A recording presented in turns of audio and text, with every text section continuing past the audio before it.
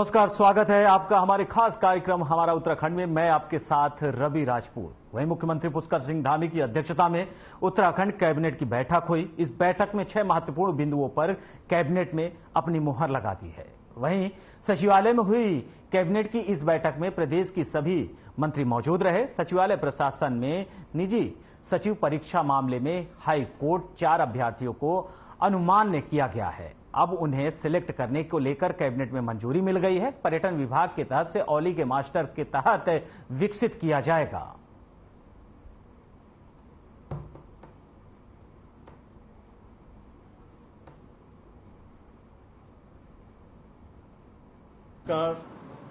आज की कैबिनेट एक रिलेटिवली छोटी कैबिनेट थी, केवल 6 मत थे। उसमें पहला मत सचिवालय प्रशासन का था, जिसमें निजी सचिव परीक्षा 2017 में कुछ अभ्यर्थियों को एलिजिबल नहीं किया गया था कि उनके पास एजुकेशन क्वालिफिकेशन नहीं है। वो हाई कोर्ट में चले गए थे और फिर एक समिति बनाई गई जिसमें उनकी क्वालिफिकेशन देखी गई। समिति ने कहा कि 75% सिलेबस उनका मिलता जुलता है, इसलिए उनको एलिजिबल किया जाए। तो उसको आज कैबिनेट ने अप्रूव किया कि उन 4 कैंडिडेट्स को हाई कोर्ट के निर्देशानुसार एलिजिबल किया जाएगा।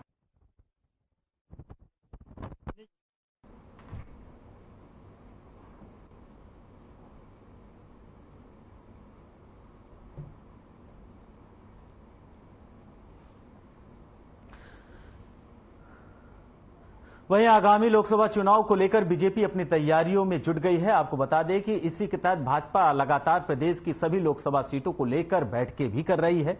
भाजपा संगठन ने आज टिहरी लोकसभा सीट की बैठक में टिहरी लोकसभा सीट की सांसद के साथ सभी विधायकों के साथ आगामी चुनाव पर चर्चा की गई। बीजेपी प्रदेश अध्यक्ष महेंद्र भट्ट ने बताया कि बैठक में आगामी चुनाव के साथ साथ प्रधानमंत्री नरेंद्र मोदी के जन्मदिन की तहत में ये मनाया जाएगा और आगामी विषय को लेकर चर्चा की जाएगी।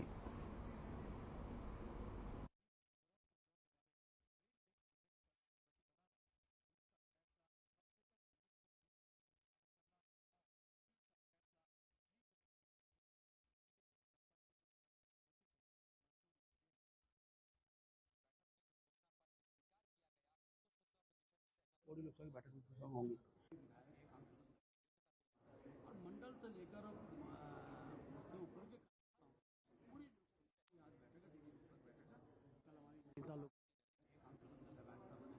और मंडल से लेकर उससे ऊपर के कार्यकर्ताओं की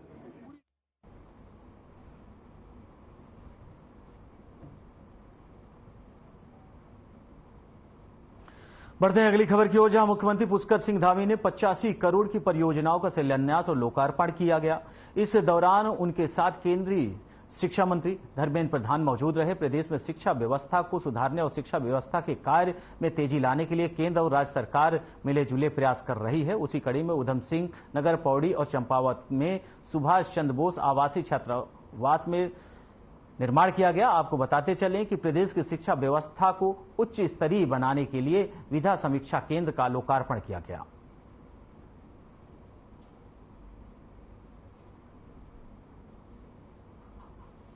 उन अग्रणी राज्यों में है जहां पर केंद्र सरकार द्वारा समय समय पर जितनी भी योजनाएं जो प्रारंभ की जाती हैं, उन योजनाओं को जनहित में सबसे पहले हम कोशिश करते हैं कि उत्तराखंड राज्य में उनको क्रियान्वित किया जाए। पीएम श्री योजना इसका एक उदाहरण है। आज इसका शुभारंभ हो गया है। वर्तमान में हमारे राज्य में प्राथमिक स्तर से माध्यमिक स्तर तक कुल 141 स्कूल इस योजना के अंतर्गत विकसित किए जाने। जो परंपरागत स्किल्स है, हमारी बाल काटने वाले मित्र, हमारी घर बनाने वाले राजमिस्त्री, हमारी जो लकड़ी के काम करने वाले हस्तकार भाई, मूर्तिकार भाई, बुनकर भाई, इन सभी के लिए भारत सरकार ने विश्वकर्मा योजना की कल्पना की है। ये बड़ा सुखद संजोग है। प्रधानमंत्री जो भारत की श्रम शक्ति को नई पहचान दिया है, जब भी कभी कोई नया प्रकल्प होता है या कोई आयोजन होता है, अभी देखिए G20 के आयोजन समाप्त हुआ। देखिए, पीएम श्री स्कूल जो है वो भारत सरकार की योजना है और उसमें राज्य सरकारों को स्वतंत्रता दी गई है कि राज्य सरकार एक ब्लॉक में 2 स्कूलों को चयन करे और वो मानक भी भारत सरकार के तय है और लगभग एक स्कूल पे 2 करोड़ रुपए खर्च किए जाए। ये देश का पहला राज्य उत्तराखंड जिसने कि पीएम श्री स्कूलों के लिए लॉन्चिंग कर दी है। 141 स्कूलों का चयन हो गया प्रथम चरण में। लगभग 150 करोड़ रुपया हमको मिल भी चुका है। प्रथम किस्त हमको 72 करोड़ रुपये मिल गई है और इससे शिक्षा की गुणवत्ता पे बहुत ध्यान दिया है। और मैं कह सकता हूँ कि मैं प्रधानमंत्री जी का भी, देश के शिक्षा मंत्री जी का बहुत बहुत आभार व्यक्त करना चाहता हूँ कि उन्होंने उत्तराखंड राज्य में ये स्कीम सबसे पहले लागू की।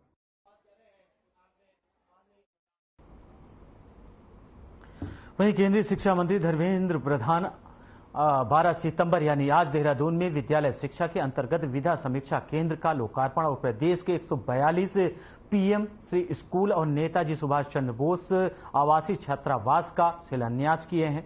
और इसके अलावा उच्च शिक्षा विभाग के अंतर्गत मुख्यमंत्री उच्च शिक्षा मेधावी छात्रवृत्ति योजना और उच्च शिक्षा शोध प्रोत्साहन योजना को विधिवत शुभारंभ किया गया। केंद्रीय मंत्री के इस दौरे को लेकर लगातार जो गर्माहट थी वो देखी जा रही थी। वहीं आपको बता दें कि जिसमें तमाम विषयों को लेकर शिलान्यास किया गया और मुख्यमंत्री उनके साथ पुष्कर सिंह धामी मौजूद रहे। आने वाले कल में उत्तराखंड के विकास के लिए छात्रों की शिक्षा महत्वपूर्ण होगी, जिसे लिए लगातार सरकार कार्यरत है।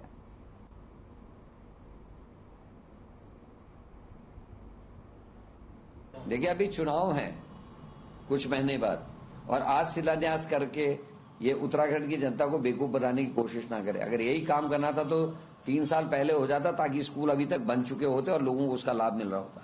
आज आपके द्वारा जो नवोदय विद्यालय हैं उनमें भोजन तक की व्यवस्था नहीं हो रही, वहां साधनों की व्यवस्था नहीं हो रही, टीचर्स को तनख्वाह नहीं मिल रही है, किताबें समय से नहीं बंट पा रही, उसकी व्यवस्था को ठीक करें।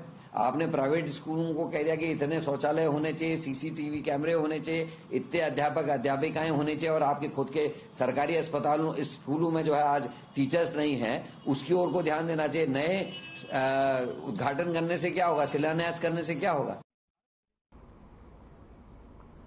वही मामला हत्या का है, जहां 10 सितंबर को मसूरी पुलिस को सूचना मिली कि एक भट्टा गांव में निजी होटल में किसी व्यक्ति की गला रेतकर हत्या कर दी गई।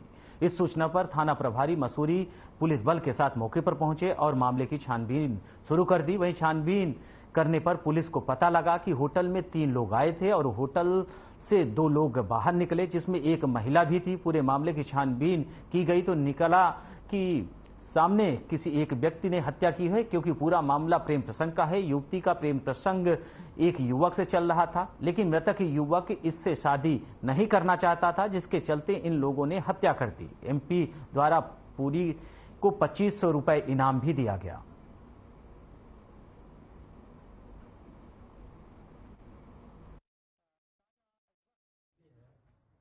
भट्टा गांव में एक जो होम स्टे में जो मर्डर का कांड हुआ था, उसका हमने तत्समय में जो हमने घटनास्थल का निरीक्षण किया और निरीक्षण करने पर जितनी भी फुटेज वगैरह का हमने अवलोकन किया, उसके आधार पर जैसे जैसे हमको लीड मिलता गया और फाइनली जो है इसमें जो मुख्य अभियुक्त मोहम्मद अब्दुल्ला, जो मूल रूप से पूर्णिया जनपद बिहार और का जो है बिसरिया जगह का रहने वाला है, लेकिन विगत का कुछ लगभग 1-1.5 दशक से दिल्ली में ही बाटला हाउस में रहते हैं। और इसकी एक बहन है कुदरत। तो कुदरत की जो है बेसिकली इन दोनों को हमने अरेस्ट कर लिया है। कुदरत का प्रेम प्रसंग चल रहा था मृतक के साथ।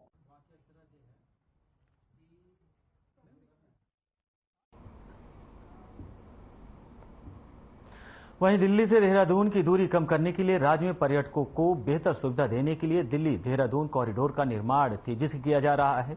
इस निर्माण कार्य में रफ्तार का जायजा लेने के लिए सूबे के लोक निर्माण और पर्यटन मंत्री सतपाल महाराज ने आषाढ़ी रोड और टाकोली में दिल्ली देहरादून का निरीक्षण करने पहुंचे। इस दौरान एनएच विभागीय अधिकारियों के साथ उन्होंने दिल्ली देहरादून कॉरिडोर निर्माण को लेकर जानकारी ली। सतपाल महाराज ने कहा कि यह कॉरिडोर पर्यटन की दृष्टिकोण से बहुत महत्वपूर्ण है। इस दौरान दिल्ली से देहरादून की दूरी कम होगी, महज 213 किलोमीटर यह दूरी रह जाएगी।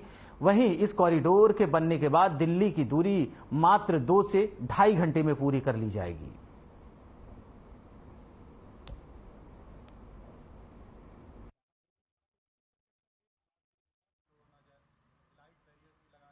इकोनॉमिक कॉरिडोर जो है हमारे लिए वरदान है और ये अक्षरधाम दिल्ली मंदिर के पास से DMI से प्रारंभ होके शास्त्री बाग, खजूरी खास, मंडोला, खेकड़ा, बागपत होते हुए ये आपके शामली, मुजफ्फरनगर, सहारनपुर और उसके बाद छुटपलपुर, गणेशपुर, मोहन, डाक देवी तक ये पहुंचेगा।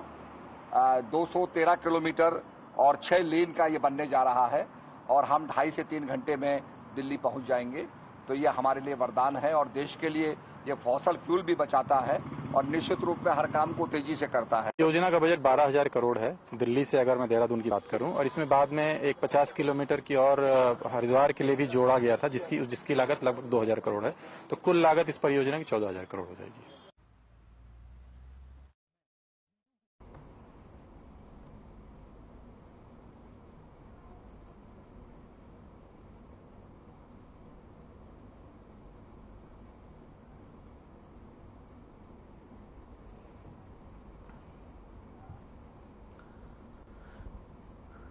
वहीं हल्द्वानी में केंद्रीय रक्षा एवं पर्यटन राज्य मंत्री अजय भट्ट ने गोवा शिपयार्ड कंपनी की तरफ से दी गई एम्बुलेंस का शुभारंभ किया। अत्याधुनिक सुविधाओं से लैस ये एम्बुलेंस हल्द्वानी जेल में बंदियों के स्वास्थ्य संबंधी दिक्कतों के लिए काम करेगी। हल्द्वानी जेल में एम्बुलेंस को हरी झंडी दिखाकर केंद्रीय राज्य रक्षा मंत्री अजय भट्ट ने इसे रवाना किया। इससे जेल के बंदियों को बहुत लाभ मिलेगा, क्योंकि बंदी गंभीर रूप से जब बीमार होते हैं तो उन्हें एम्स में भर्ती कराया जाता है, जिससे काफी खर्च में बचाव होगा। आपको बताते चले कि महज 20 लाख की लागत से इस एम्बुलेंस का निर्माण किया गया है।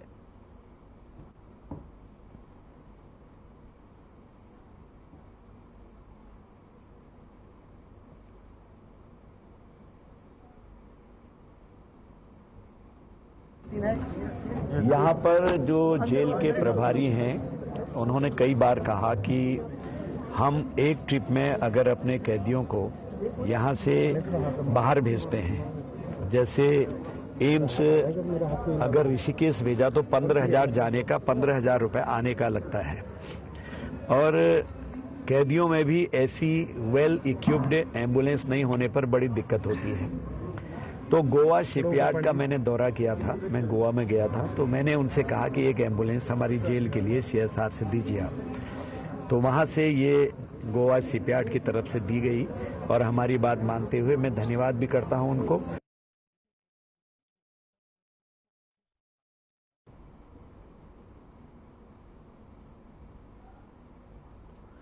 वहीं देश में 2024 में लोकसभा चुनाव होने हैं। ऐसे में उत्तराखंड में भी बीजेपी तैयारियों में जुट गई है, जहां देहरादून में टिहरी लोकसभा को लेकर भाजपा अध्यक्ष के साथ एक बैठक की गई, जिसमें बीजेपी के सांसद और तमाम टीवी लोकसभा के विधायक मौजूद रहे। वहीं जब सांसद से सवाल पूछा गया तो उन्होंने बयान दिया कि लोग देखते ही रह गए।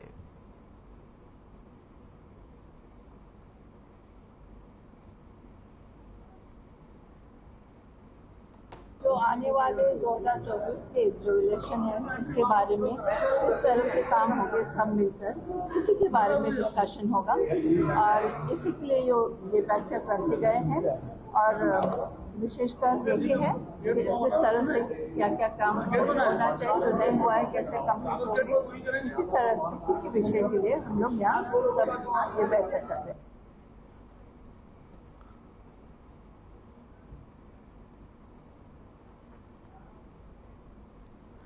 वहीं रुड़की विधायक प्रदीप मिश्रा ने अपने जन्मदिन के अवसर पर रक्तदान शिविर लगाकर अपने समर्थकों के साथ जन्मदिन मनाया। विधायक प्रदीप बन्ना ने कहा कि सबसे प्रेम, सबके साथ सेवा, यही जीवन का उद्देश्य होना चाहिए। हमारी सरकार का यही उद्देश्य है, जो भी उद्धार योजना है उनका लाभ सबको मिल सके, हर वर्ग को मिल सके, यही उनका लक्ष्य है। उन्होंने आगे कहा कि सभी लोगों को जन्मदिन जिन्होंने शुभकामनाएं दी है उनको हमारी तरफ से धन्यवाद। आज इस शिविर में लगभग 150 यूनिट रक्तदान किया गया है। रक्तदान में इकाइयों की जिंदगी बचाई जाएगी। इस दौरान सौरभ गोयल ने कहा कि यह बहुत ही अच्छी पहल है।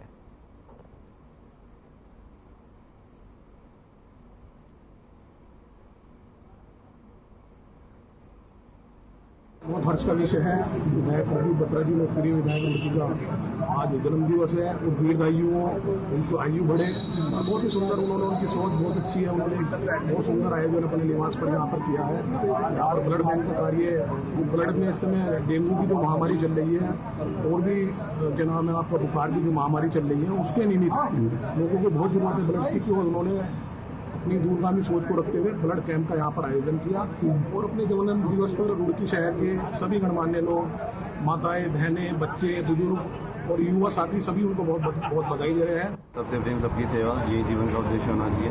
भगवान के बनाए मनुष्य से प्यार करें और सबकी सेवा करें, यही राजनीति का उद्देश्य होना चाहिए। राजनीति में हम लोग इसीलिए आए कि हम लोग सरकारी योजना का क्रियान्वयन करें और जो सरकारी योजना उसका लाभ हर व्यक्ति को मिले, हर वर्ग को मिले। जो पिछड़ा व्यक्ति है, जो अंत्योदय है, उसको उसका लाभ मिले। तो यही लक्ष्य हम लोग लेकर चल रहे हैं। सेवा ही संगठन है और संगठन ही सेवा है। इसी भाव से हम आगे बढ़ रहे हैं। इसी के तहत आज ब्लड कैंप लगाया गया है, जिसमें मैं समझता हूँ कि 100-150 यूनिट ब्लड आज जो है ब्लड बैंक हो जाएगा।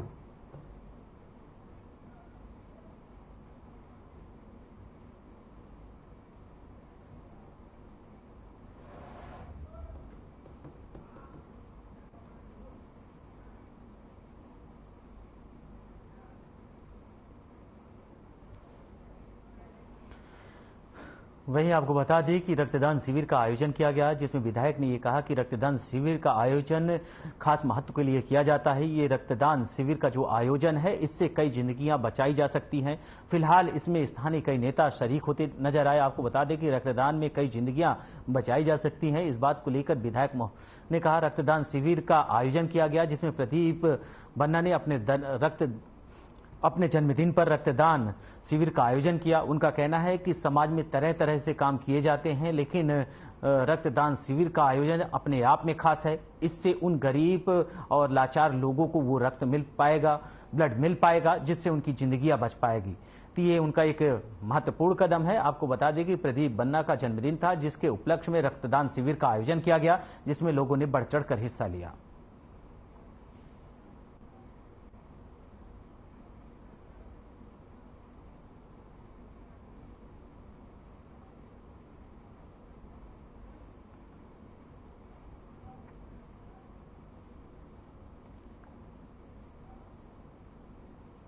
चलिए आपको सीधे ले चलते हैं देहरादून, जहां ग्लोबल इन्वेस्टर समिट में मुख्यमंत्री पुष्कर सिंह धामी पहुंचे हैं और वो क्या कुछ कह रहे हैं, आइए आपको सुनाते हैं। सचिव श्री पांडे जी एवं यहाँ पर आए हुए हमारे रेरा के चेयरमैन श्री पवार जी और सभी हमारे सभी वरिष्ठ महानुभावों, मैं एक का नाम लूंगा तो बड़ा लंबा हो जाएगा, क्योंकि ऑल्सो बहुत लोगों को जानता हूँ, 10 से एक साथ कई सारे लोगों को मैं जानता हूँ, लेकिन मैं सभी को एक साथ संबोधित करता हूँ। जैसे कहते हैं क्यों टीटू भैया, मेष राशि से लेकर मीन राशि तक सभी उपस्थित हमारे विभिन्न समूह के सभी आए हुए अतिथिगण, मैं सबसे पहले तो आप सभी का